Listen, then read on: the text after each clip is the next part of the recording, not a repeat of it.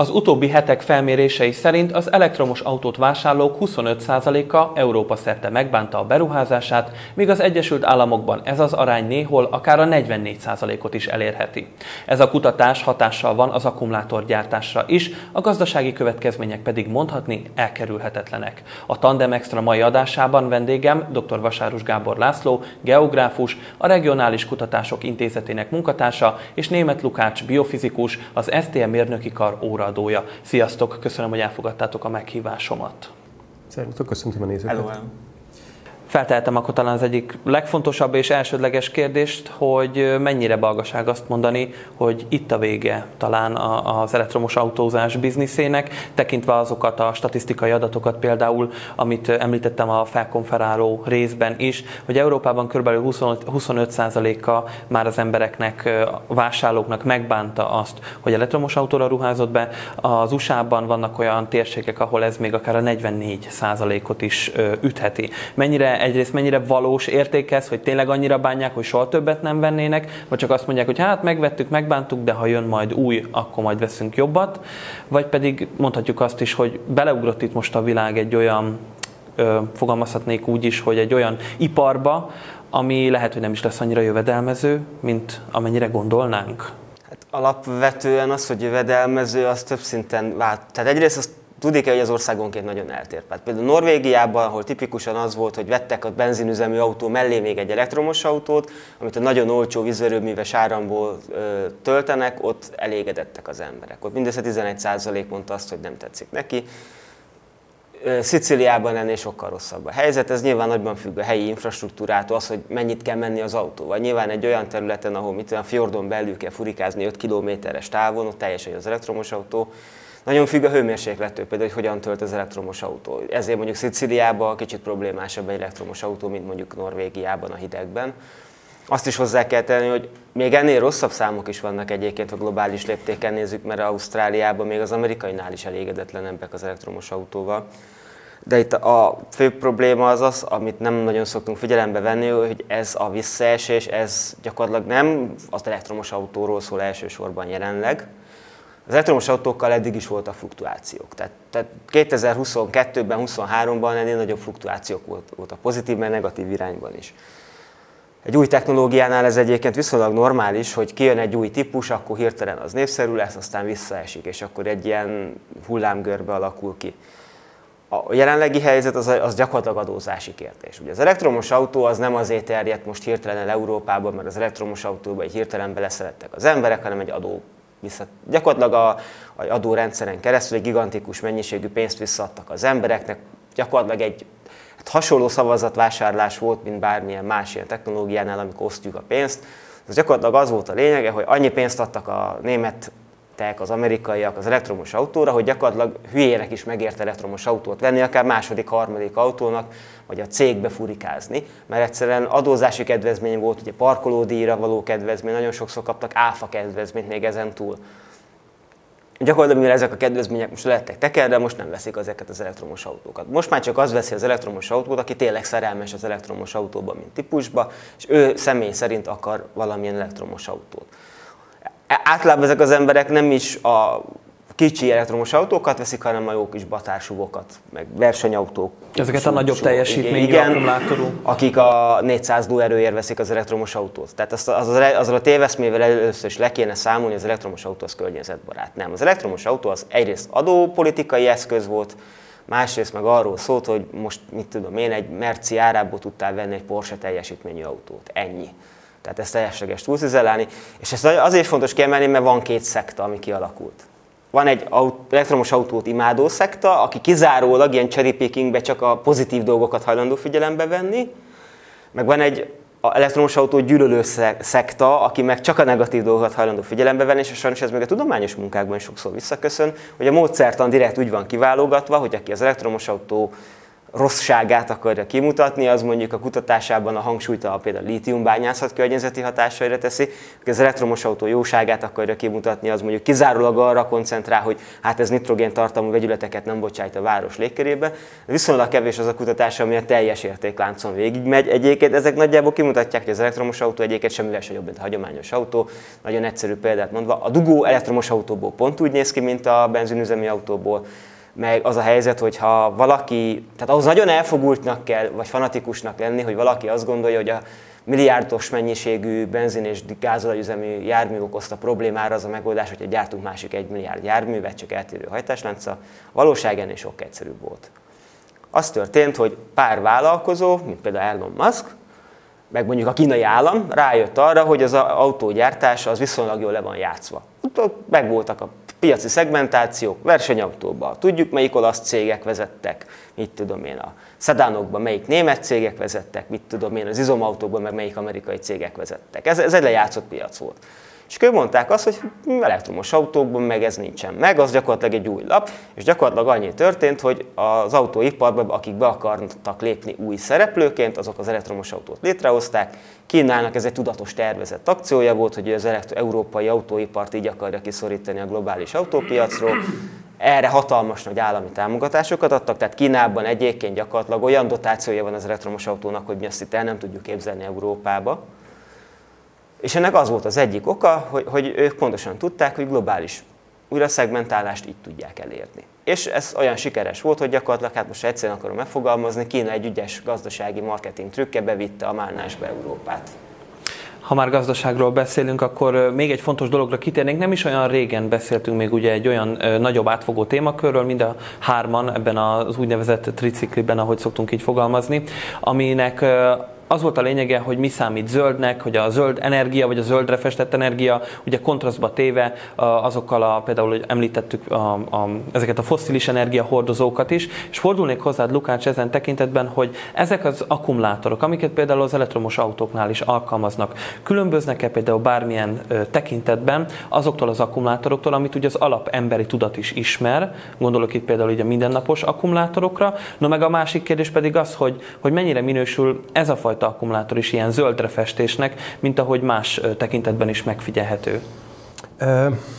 Az akkumulátorok most, ami pillanatnyilag úgymond az elektromobilitásban, illetve a különböző elektronikai kütyüknek az üzemeltetésében, tehát akár telefon, akár laptop, akár ugye autó esetben a lítium alapú akkumulátorok ezek a leggyakrabban használtak. Ezek közül a lítium alapú akkumulátorok közül van két technológia, az egyik az egy kiforrottabb és már gyakorlatilag teljes egészében kifacsartuk belőle az utolsó cseppet is, amit még energiasűrűség tekintetében ki lehet. Ezek az úgynevezett NCM akkumulátor technológia, ez az, amit mi gyártunk itt Magyarországon. Tehát Magyarországon gyakorlatilag csak erről van szó. Ez a betűszó, ez a katódnak az anyagi összetételére utal, tehát nikkel, kobalt és mangán. Ebből van az akkumulátornak a katódja, illetve nyilván ezeknek lítium sóiból, tehát ezeknek az oxidoknak is lítium sókból áll össze, és ez gyakorlatilag ezt tárolja a töltés mennyiséget. Ezek viszonylag jól, tehát tényleg technológiailag nagyon jól kiforrottak. Van neki szokásos, amiket szoktunk emlegetni, szokásos a hátulütői, ez ugye egyrészt a tűzveszélyesség, ugye ezt nem kell szerintem senkinek mostanra már bemutatni. Másrészt hőmérsékletérzékenység, és ezzel kapcsolatban azt szeretném mondani, hogy a norvégoknak sokkal nagyobb hátrányuk van, mert a hideg éghajlat az sokkal hamarabb és jobban tönkrevágja a lítium akkumulátort, mármint az olyan -10 fok alatti hőmérséklet, az hamarabb tönkrevágja a lítiumos akkumulátort, mint mondjuk a különösebben meleg. Tehát olyan 60 fok környékéig nagyon korrektül kocognak a lítiumos akkumulátorok. Hát azért azt még nem mindig szoktunk itt érezni. Jó, nyilván, hogyha mondjuk egy ilyen matfekete kocsiba berakjuk, akkor ott azért lokális hőmérsékleti körülmények azért tudnak emelkedni. Na, a lényeg az, hogy ez az egyik fajta technológia, ez a NCM, ugye ez általában ugye a katód anyagoknak a használata, tehát mind a nikkel, a kobalt, illetve a lítium, ez mind a három eléggé szűkösen áll rendelkezésre. Emiatt aztán nagyon nagy lendülettel fejlesztik a kereskedelmi forgalomban már nagyon jól teljesítő lítium-vas-foszfát, ez a LFP vagy LiFePO, ugye ez a lítium. Talán ezt még én is hallhattam valahol, igen, pedig annyira nem. Tehát ezek az új akkumulátorok, ezek jobb teljesítménnyel rendelkeznek a hőmérsékleti tartományban, kicsivel gyorsabb töltést is bírnak, az energia sűrűségük az még nem akkora, viszont abszolút nem tűzveszélyesek. Ez nagyon-nagyon fontos szempont, hogy nem tűzveszélyesek, és ezeknek a gyártás technológiája, ez egyelőre még kínai monopólium. Tehát 100%-ban Kínában gyártják az összes ilyen cellát, és ezeknek a gyártás technológiáját nem telepítették még. Tehát ilyen gyárnak a létesítéséről még nincsen szó. Tehát hozzánk az úgymond a már kiszolgált legacy modelleknek a gyártását telepítették gyakorlatilag. Ezen kívül ugye nyilván a csőben már ott vannak a fejlesztések, tehát a legnagyobb iparági lelkesedés azt a szilárd testalapú akkumulátorok irányába hat, ahol az elektrolit oldat van teljes egészében kicserélve, és gyakorlatilag egy membrán helyettesíti ezt az elektrolit oldatot, amin keresztül az ionok vándorolnak, és gyakorlatilag ténylegesen az energiatárolást így látja el ugye egy akkumulátor, hogy van ugye a katód, meg az anód, és közte van egy elektrolit oldat, amin keresztül vándorolnak az ionok. Na most ezt az elektrolit oldatot, ez az, amit ugye mindenki, aki felejtett már benne lejárt elemet a távkapcsolóba, azt tudja, hogy ez mit okoz ez az elektrolit oldat. Ugye ez a szép gyönyörű sókiválás, ami ott az elemen elkezd megjelenni, és ami ugye megrohasztja gyakorlatilag az egész berendezésünknek a belsejét, hogyha kijön belőle. Na ezzel próbálnak leszámolni az ilyen szilárdtest alapú akkumulátoroknál, de ezek gyakorlatilag most vannak az éppen kigörülnek kísérleti stádiumból, tehát ezeknek nagyjából 10-15 év a kereskedelmi forgalomba hozatala. Most pillanatnyilag ez a vas-foszfát akkumulátor technológia az, ami a következő nagy felívelést fogja hozni, és ez nagyjából 5 éven belül megjelennek gyakorlatilag mindenféle készülékben majd. Még egy kérdés erejéig visszatérnék erre, hogy ezek a most is futó kutatások, ezen kívül pedig a jövőbeli kutatások akkumulátorgyártás terén képesek lesznek-e már arra, hogy a mostani gyerekbetegségeit például az elektromos autóknak is, vagy bármilyen fajta elektromos eszköznek, amihez nagyobb teljesítményű akkumulátor kell, hogy valahogy kiszűrhessék, vagy megteremthessék azokat a körülményeket, melynek által kevesebb problémával kell megküzdeni. Gondolok itt most például az elektromos autók esetében, ugye ez mindig, ha ilyen kutatásokat olvasunk, amint te is említetted, tipikus probléma az, hogy a megállás, túl sokáig tart a töltés, vagy ingadozó akkumulátor teljesítmény, hogyha több minden megy, akkor már kevesebbet tudunk menni, nem így tudja kiszámolni, sorolhatnám. Tehát az elektromos energiatárolás az mindig, tehát nem tudunk gyakorlatilag, elméletileg sem tudunk olyan módszert kitalálni, hogy az elektromos energiatárolás az versenyképes legyen energiasűrűség szempontjából egy fosszilis üzemanyaggal. Nagyjából 60-70-szeres előnyben van a fosszilis üzemanyag. Abból a szempontból meg talán még nagyobb, hogy amit elhasználtál benzint a kocsiban, azt nem kell már vinned magaddal, míg az üres akkumulátort azt ugyanúgy kell hurcolni. Tehát ez gyakorlatilag, tehát az elektromobilitás, ez igazából egy lejátszott kör volt, az 1900-as évek elején versenyzett egymással már a belső égésű és az elektromos autó. Nyilván akkor még a klasszik ólom savas akkumulátorokkal, de volt elektromos mobilitás már. Egyszerűen elvesztette a versenyt, mert sokkal jobb az energiasűrűsége a fosszilis tüzelőanyagoknak. Na most az, hogy újra elővettük ezt a versenyt, ez igazából csak amiatt van, mert a világ kibocsátásának olyan 2,5-3%-át adják a személygépkocsik. Tehát a személygépkocsik, a személyi mobilitás az olyan, hát nincs igazából 2,5%, mint amivel hozzájárul a globális CO2 kibocsátáshoz. Viszont a környezettudatos és olyan jólétben élő emberek, akiknek már van ideje azzal foglalkozni, hogy milyen az úgymond a karbonlábnyomuk, őnekik ez a legjobban ez szúrja a szemüket. És ez igazából egy ilyen pszichológiai...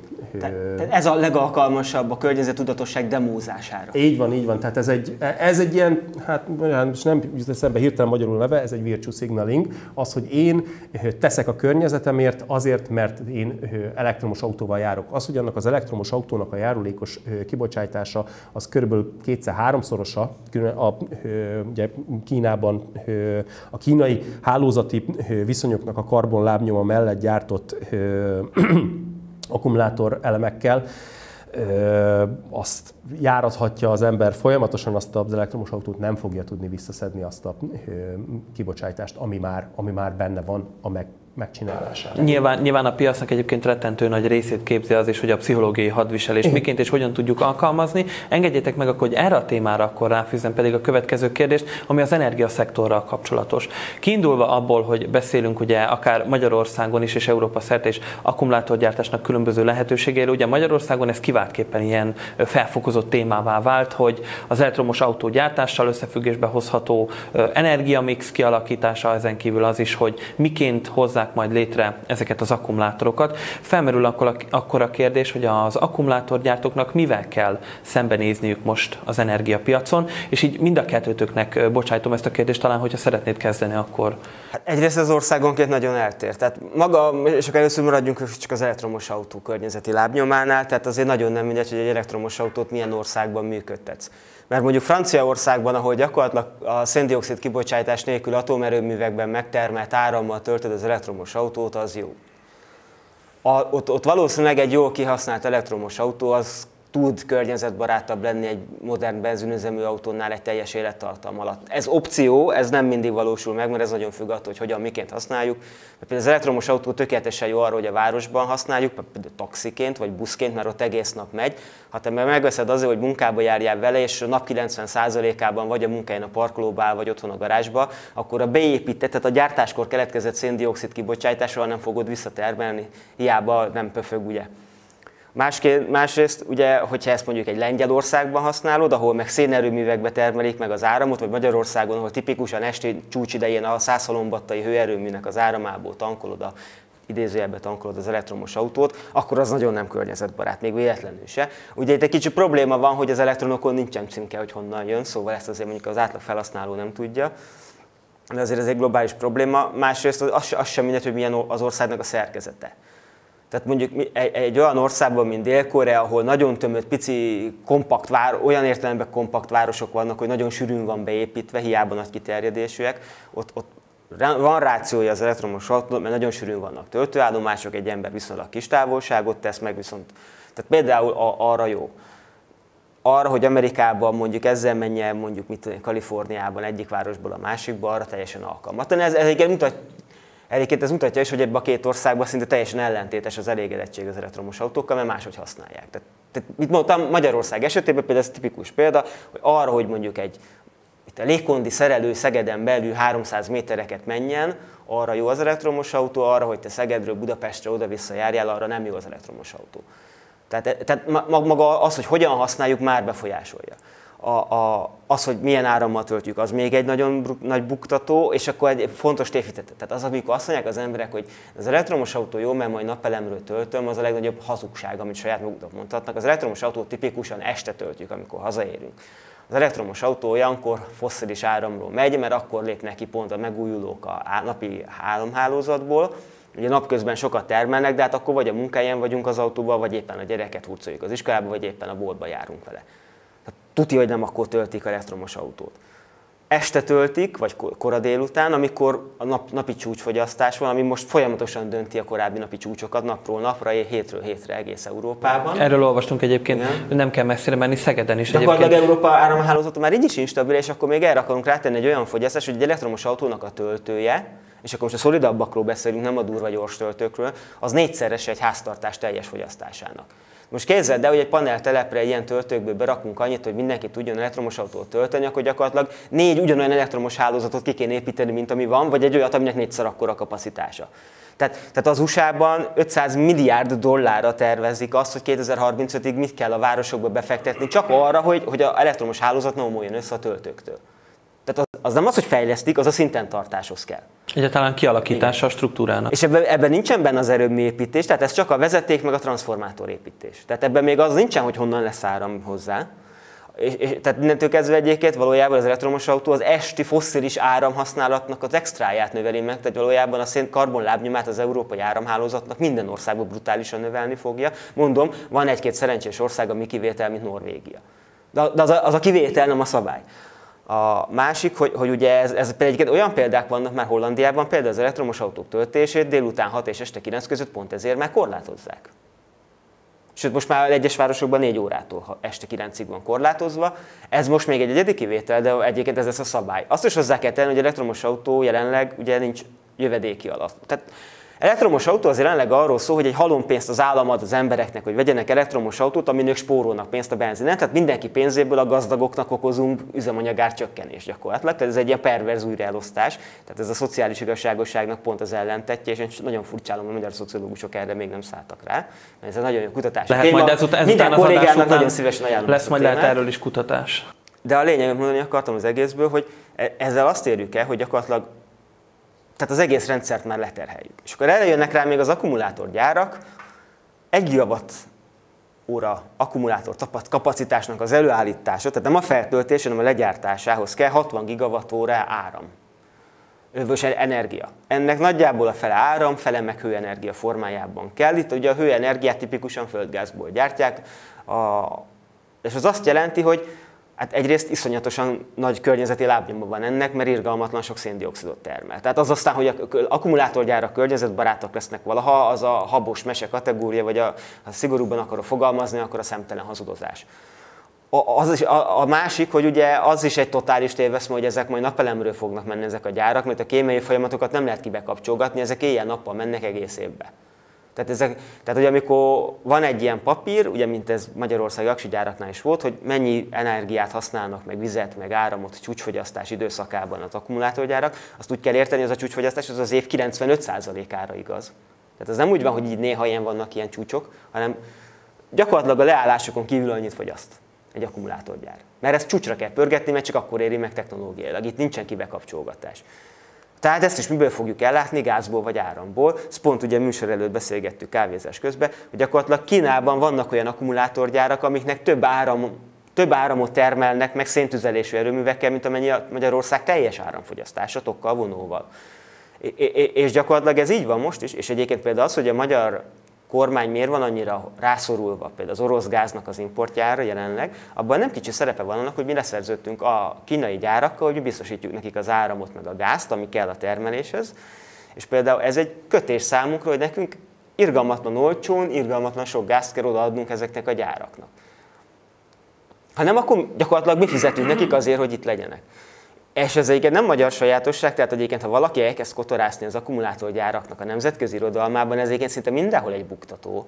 Tehát ez egyébként Spanyolországban ugyanúgy buktató. Politikusok először mindenhol tűzzel-vassal küzdenek, hogy hozzájuk jöjjön akkumulátorgyár, mert azt hiszik, hogy ott majd akkor ez hoz technológia újítást. Már elhangzott, nem hoz, ide csak összeszerelő üzemeket hoznak, tehát gyakorlatilag ilyen Banglades típusú, csak itt nem cipőt gyártanak, hanem fröccsöntött műanyag akkumulátorházat, és minden mást azt úgy hozzák Kínából. Tehát azt tudni kell, hogy az összes érdemi technológiai hozzáadott részt az Kínából elhozzák hajóval, olyan hajókkal, amik 25 000 liter gázolajat elpöfögnek, mire ideérnek. meg olyan buldózer termeli a lítiumot ki, ami szintén csak gázolajjal fog menni, mert arra nincs opció, hogy az valahol akkumulátoros legyen, mert amit mondtál például, ezt nagyon sokan nem értik. Tehát egy hajó sosem lesz akkumulátorüzemű, mert egy hajóba belemegy 25 000 liter gázolaj. 25 000 liter gázolajat azt nagyjából fél millió tonna akkumulátort tenne ki. Tehát a 200 000 tonnás hajóra rá kéne pakolnunk 500 000 tonnányi akkumulátort, hogy el tudjon Kínától idáig jönni üzem biztosan. És akkor mekkora hajókra? És ez mint a fél tégla úgy süllyedne. A másik probléma az egész, hogy a buldózerre se tud aksit tenni, hanem az is gázolajjal fog mindig menni, kivéve a kobaltbányászat az ilyen szempontból jó, mert az nem szén-dioxid intenzív, mert az gyerekmunkával csinálják, meg rabszolgákkal. Tehát az egész elektromos közlekedés környezetbarátságáról nagyjából ennyit. Megfogalmazás, igen, hogy milyen az akkumulátorgyárakkal kapcsolatban szerintem a szűk keresztmetszet még nem is ez lesz, hanem a víz. Ugyanis egy fontos dolgot ki kell menni, az akkumulátorgyártáshoz nagyon tiszta, lágy víz kell. Tehát de az van, mint amivel nálunk így, hát megint mondom, ha finoman akarok fogalmazni, akkor ferdítés volt, ha szigorúbb lennék, akkor valószínűleg ez a szándékos hazudozás kategória volt. Én nem is tudom, hogy ezt kimondta ki először Magyarországon, ez ilyen szállóigeként elterjedt, és végén már szerebbek is mondták, hogy majd szürke vízzel fognak működni az aksigyárak. Ez nagyon vicces, mert az akkumulátorgyárak azok olyan tiszta vizet igényelnek, hogy még a csapvizet is szűrni kell, meg lágyítani nekik. Tehát brutális víztisztító üzemeik vannak egyébként ezeknek a gyáraknak. Tehát itt aztán az, hogy szürke vizet fognak használni, az a habos mese kategóriája. Ez nem igaz, és gyakorlatilag például Spanyolországban nagyon-nagyon szeretnének akkumulátoripart, de ott például a telepítő tényezőkben az egyik szűk keresztmetszet az, hogy ott sincsen hozzá elég víz, tehát nagyon kevés helyen tudják a aksigyárakat megcsinálni. És úgy, hogy ott aztán betartatják velük a környezeti előírást, amiről Kelet-Európában szó nincsen, és ilyen szempontból egyébként fölösleges Magyarországra mutogatni, mert ez egyébként az összes többi, hát mondjuk úgy, hogy vasfüggönyön túl. Hát igen, tehát gyakorlatilag a Bécstől keletre lévő összes országra igaz ez. Tehát azért gyakorlatilag ez nem működik. És ez utolsó dolog, hogy ráadásul ugye azt tudni kell, hogy itt Kínának van egy nagyon szigorú policie. Tehát ők az akkumulátoripart otthon tartják. Ki a már, hogy mondjam, kimenőbe lévő technológiákat viszik, és annak is az alacsony hozadott részét. Tehát mondom, fröccsöntünk műanyag házakat, amiben bele lesz pakolva az akkumulátor, meg legfeljebb, mit tudom én, a katódot, meg a anódot mi csavarozzuk bele. De az összes érdemi, magas hozadott értékű gyártás az Kínában van, és kötelezően ott kell lenni, erről Kínának dokumentumai vannak, amik egyébként interneten elérhetőek nagyon minimális nyomozással, nem kell hozzá tudni kínaiul, mert minden kínai dokumentum fenn van angolul. Ennél egy kicsit jobb a helyzet a koreai gyárakkal, mert ők már engednek minimális beszállítót, tehát ők már mondják azt, hogy mondjuk esetleg valami nagyon környezetszennyező üzemet megépítenek Magyarországon is, katódgyárat mondjuk. De itt tudnánk, hogy amikor arról van szó, hogy majd itt technológiát hoznak a gyárak, az azért is egy full bullshit, tehát erre nem tudok mást mondani, mert itt az európai beszállító láncot tudod, hogy néz ki a kínai akkumulátorgyáraknak? Tehát azok a cégek, a magyar vállalkozó, aki tud szerződni a kínai gyárral. A szolgáltató, aki a fénymásológépet karbantartja, a biztonsági őr, meg a légkondi szerelő. Ugyanis a kínaiak a teljes beszállítói láncot hozzák. Tehát ők kínai alkatrészből kínai akkumulátort raknak össze bangladesi munkásokkal Gödön. És akkor ott gödi munkás, az a biztonsági őr, a szakács, meg mondjuk mit tudom én, a targonca kezelő. Ha már kitértünk erre, majd arra is ki fogunk térni egyébként, hogy alapvetően technológiai szempontból miért számít, ha számít kihívásnak például akár Magyarországnak is, vagy különböző európai országoknak, ezeknek az akkumulátorgyáraknak a fenntartása, eltartása, megépítése. Én amodó vagyok, menjünk most egy rövid reklámra, és innen folytatjuk a beszélgetést. Köszönöm szépen. És a kedves nézőknek is üzenem, ne menjenek sehová, mert beszélgetésünket a reklám után is folytatjuk.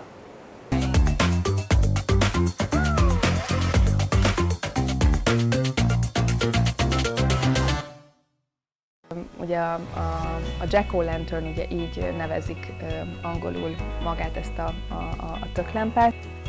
Érdekes lehet, aki úgy mondjuk szeret olvasni, mert egy tényleg kivételes emberi pálya, és pályafutás, meg tanmese a kitartásról. Tehát... Ezek a hírek eddig is velünk voltak, vagy ez hasonló megfigyelések és álhírek. Valójában nincs ok nagyobb ufólásra, mint egyébként.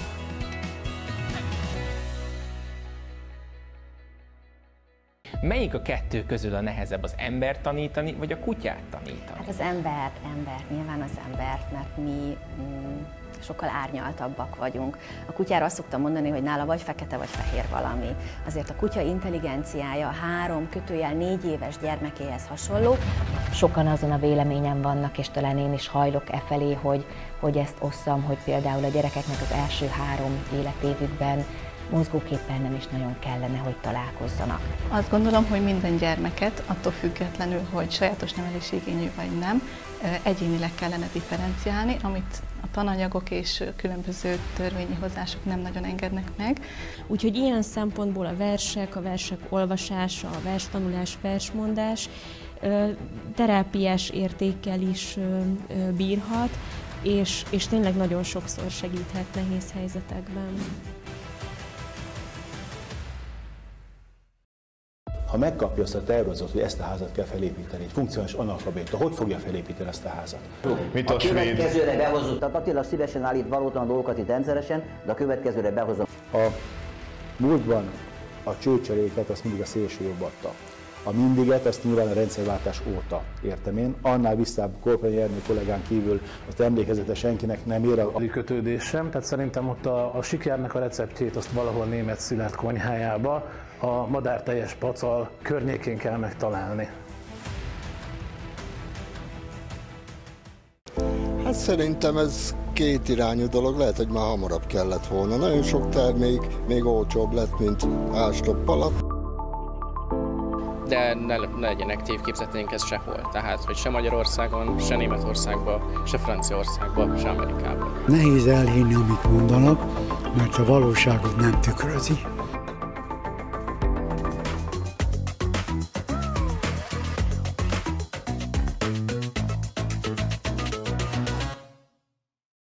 A reklám előtti percekben már alapvető fontosságú információk és tévhitek hangoztak el az akkumulátorgyártása és az elektromos autó piaccal kapcsolatban, de mindenképp beszélnünk kell arról is, hogy vajon az energiaszektorra és ennek az egésznek az infrastruktúrájára milyen nyomást fejt ki az, amiről az előbbi percekben is beszéltünk. Említettem, hogy vendégeim a stúdióban Németh Lukács és dr. Vasárus Gábor László, és ahogy megígértük, a reklám előtti utolsó percben mindenképp ki kellene arra is térjünk, hogy technológiai szempontból mekkora nyomást fejt ki. Gazdasági nyomásról már beszéltünk nem is keveset, és itt már elkezdted azért bevezetni azt, hogy a szürke víz és a tiszta víznek, vagy ahogy fogalmaztál, édesvíz talán az volt a felhasználása, és ugye a hűtés szempontjából, hogy ez mekkora terhet fejt ki, de mégis milyen technológiai problémákkal kell szembenézni, akár a jelenlegi akkumulátorgyártás mellett is, vagy például már, hogyha a most tesztelés alatt álló konstrukciókat is figyeljük.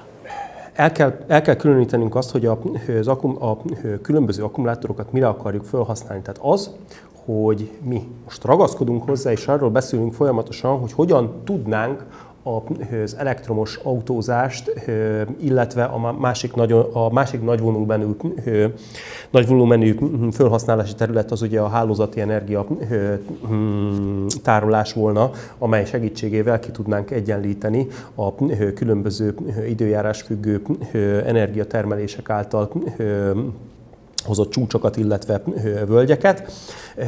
Ebből a szempontból ugye az akkumulátorgyártásnak a volumenét rettenetesen fölfuttatták. Tehát nagyon most egy erős túltermelési válság van ilyen szempontból, és hogy is mondjam, gyakorlatilag szalad az akkumulátor a vevők után. Mi az, amiben még lehetne berakni akkumulátort, illetve hogy azoknak az akkumulátoroknak, amiket már beszereltek, illetve beszerelésre várnak, azoknak az eladása, tehát azoknak a készülékeknek, illetve gépkocsiknak az eladása, az hogyan menjen. Hogyha az ember eléggé szemfüles, akkor a rotterdami kikötőnek a műhold felvételein akkora parkolókat láthat, mint sehol máshol Európában. Be vannak ragadva az elektromos autók, amiket behoznak ugye Kínából, és egyrészt különböző szabályozási dolgok, de másrészt leginkább az alacsony kereslet miatt gyakorlatilag nem lehet ezekre vevőt találni. Ezek nagyon nagy gazdasági kihívások, mert rettenet mennyiségű tőke áll benne. A gyártókapacitás, tehát a gyártókapacitásnak a túlkalibrálása, mert erről van szó, tehát olyan mennyiségben telepítettek ide gyártókapacitást Európába, amire gyakorlatilag nincsen szükség abban az esetben, hogyha nem gerjesztjük valamilyen mesterséges támogatási juttatással az autók iránti keresletet. Tehát az nem probléma ez, hanem hogy egy autóba olyan, hát egy tonnás, 700 kilós, egy tonnás akkumulátor megy bele. Na most azzal gyakorlatilag 700 kilónyi akkumulátorral egy embernek az összes egyéb elektromos kütyű szükségletét azt örökre akkumulátorral el lehetne látni. Tehát ebből a szempontból nem lesz elegendő piac, ami fölvegye ezt a mennyiségű akkumulátort. Ugye itt törhetne be a lakossági energiatárolás, tehát ezek az úgynevezett ilyen Powerwall, vagy hát ilyen lakossági energiatároló egységek, amire ugye közvetlenül mondjuk a tetőn lévő napelemből termelünk, és akkor hát egy ilyen kvázi szigetszerű üzemet tudunk ellátni, és otthon tudunk belőle valamilyen módon gazdálkodni. Hát ebből a szempontból megint csak rossz fajta technológiát, tehát ugye ez az NCM lítiumos technológia, amiről beszéltünk, ez továbbra is tűzveszélyes. És én nagyon nem szeretnék egy olyan környéken lakni, ahol elég magas a valószínűsége. 2-3 repeszromboló gránátnak az energiatartalmát tároló kis akkumulátorok vannak szétszórva mindenhol a környéken, amiket ráadásul ugye kint fognak elhelyezni, mert bent nem tudja elhelyezni, mert hogyha bent van, akkor olyan szellőztető meg biztonsági intézkedések kellnek hozzá, amit nem fog senki bevállalni. Kint lesz, kint süti a nap, veri az eső, egy idő után abban lesz el az árlat. Tehát ugye ezeket egészen picike cellákból rakosgatják, gyakorlatilag AS elemekből van összerakva egy Teslának is az akkumulátora, csak nagyon sok van egymás mellé pakolva, és ezeknek minden egyes cellának megvan egy adott félrétje, tehát milyen valószínűséggel fog tönkre menni. Hogyha elegendően sokat rámolunk bele egy dologba, akkor előbb-utóbb tönkre fog menni, és nem szívesen lennék annak a háznak a környékén, amelyik éppen eldurran. Na most ebből a szempontból ugye jobb ez a vas-foszfátos technológia, amit ugye, mondtam, Kína még nem enged ki a kezéből, tehát 25-ig megvan még rá a szabadalmuk, és utána tudna bárki egyáltalán licenszet fizetni érte, hogy azt megvegyék, tehát hogy elkezdjék gyártani, de én gyanítom, hogy nem nagyon fogják, mert ennek a vasfoszfátos katódanyagnak az összeállítása, ez is azért nem annyira egyszerű, tehát trükkös móka. Ezek gyakorlatilag már ezeknek a katódelemeknek a gyártása, ez egy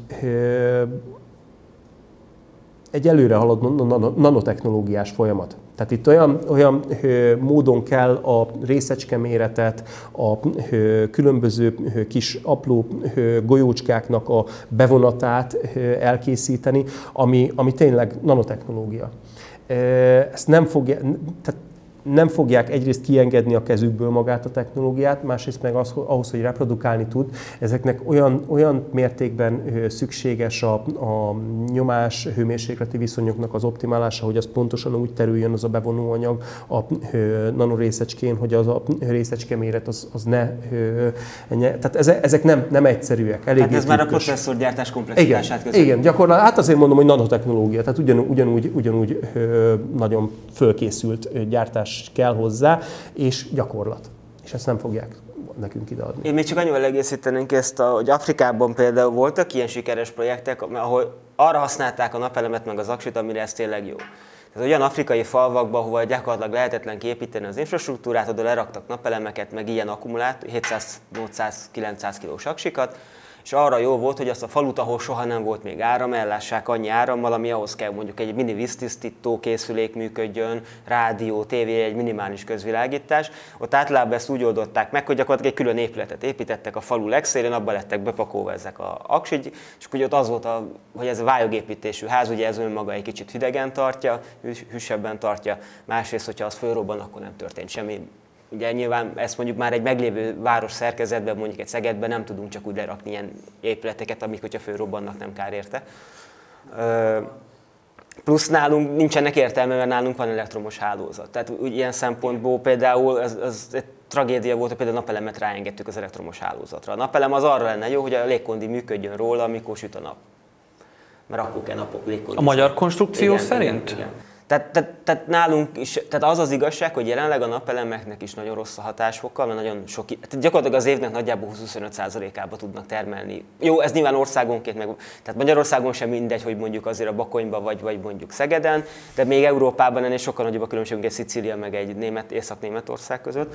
És ennek ellenére az észak-németek több napelemet telepítettek, igen, mint a szicíliaiak. De ez mezpolitikai döntés kérdése volt, és ebből van egy hatalmas veszteség, és azt akarjuk az aksintárról, nem még van egy nagy veszteség, és a végén ott vagyunk, hogy gyakorlatilag, hogyha kiszámoljuk, mert azért azt ki lehet számolni, hogy ahhoz, hogy nekünk legyen 1 eurónk, amit el tudunk költeni, ahhoz hogy nagyjából 0,015 g széndioxidot ki kell bocsájtanunk az iparban, szolgáltatásban valahol.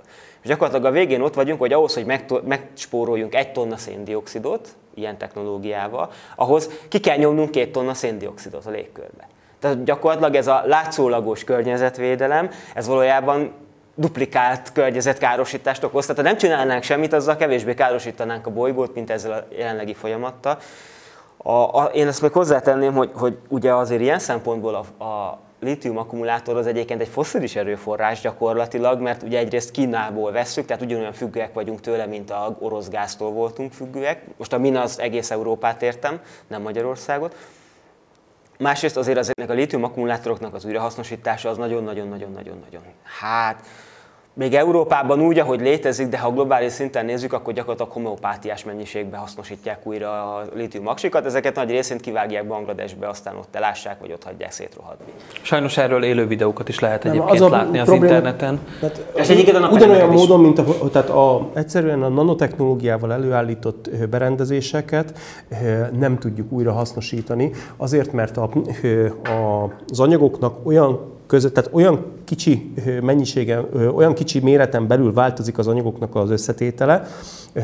A napelem is ugyanilyen, ugye ezzel a rétegelt nanotechnológiás kialakítással, hogy azt nem tudjuk elválasztani egymástól. És az elválasztás az egyedül valamilyen kémiai környezetben történhetne, tehát nincs az a módszer, hogy akkor most szétválogattatom. Fizikailag nem tudom szétválogattatni, tehát gyakorlatilag föl kellene oldani az egészet valami jó erős savban, aztán utána fogom és szelektíven elkezdem kicsapkodni belőle a különböző összetevőket tartalmazó részt, és aztán rájössz arra, hogy utána azt még tisztítanod kellene, és már ott vagy, hogy sokkal olcsóbb az újonnan szintetizált, és az még tisztább is. Tehát nem éri meg, egyszerűen nem éri meg újra hasznosítani. És ha ezt mind figyelembe vesszük, akkor itt már olyan pénzekről beszélünk, meg környezeti károkról, hogy gyakorlatilag, hogyha pusztán tényleg környezeti szempontból nézzük, akkor ott tartunk, hogy egyébként sokkal jobban megérné, hogyha az Európai Unió így dotálná a hagyományos autók vásárlását, mert ha csak azt elérnénk, hogy mondjuk a 96-os gyártású autókat lecseréljük mondjuk egy 2020-as autóra, akkor sokkal több széndioxidot spórolná, mert az a helyzet, hogy konkrét példát mondok, egy 96-os Opel Astra, még egy 2022-es Opel Astra között pont 2-szeres kibocsátásbeli különbség van.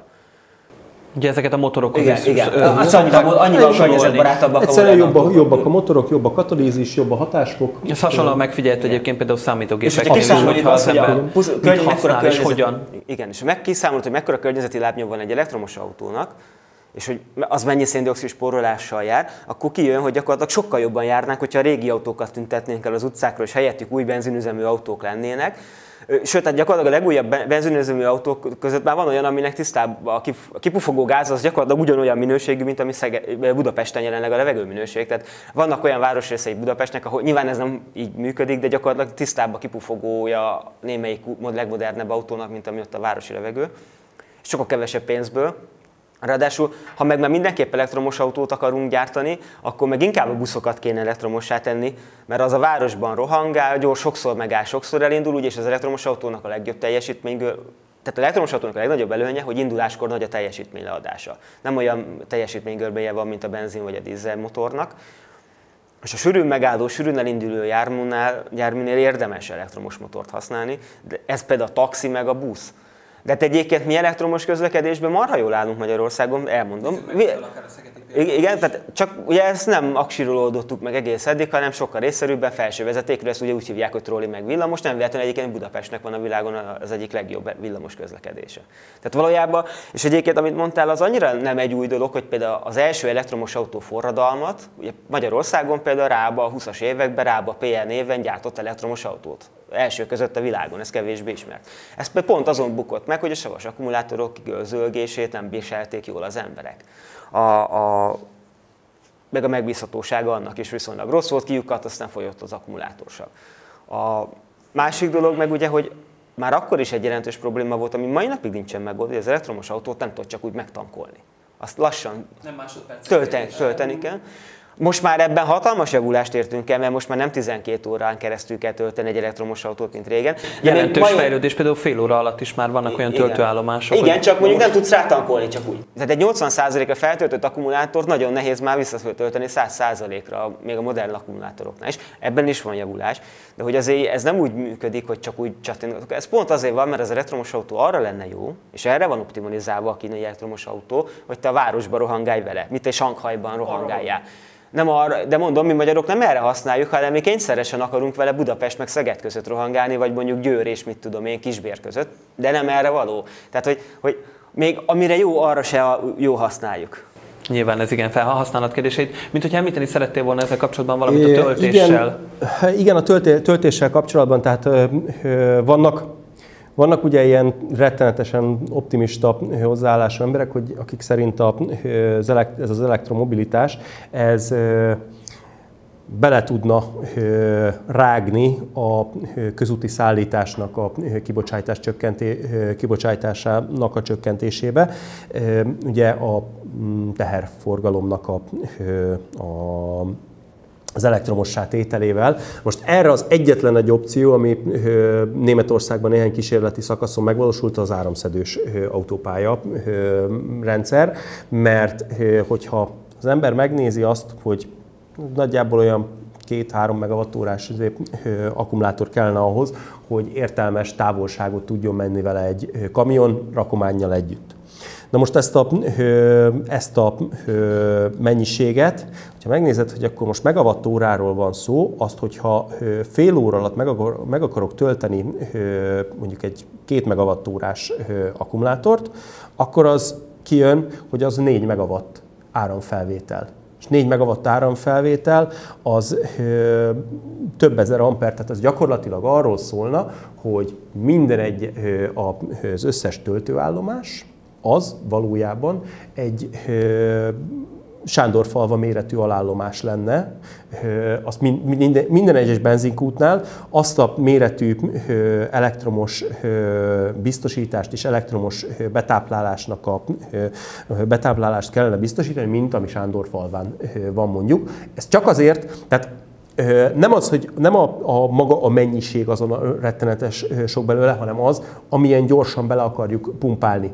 És ugye ez, hát az OM-törvény az továbbra is életben van, és ennek megfelelően itt több kilovoltos áramokat kellene, ami azt jelenti, tehát maga a vezeték, tehát maga a cső, vagy hát cső, ez egy rézvezeték volna. Azt a rézvezetéket körülbelül, te már nem tudná az ember megemelni azt a vezetéket, amit rá kellene dugni a kamionra ahhoz, hogy azt a mennyiségű áramot, amitre elvéletileg képes arra, hogy fölvegyen, azt fölvegye azért, hogy mondjuk csak 20 perc, fél órát kelljen a sofőrnek töltenie a töltőállomáson, mire belecsorog az a mennyiség.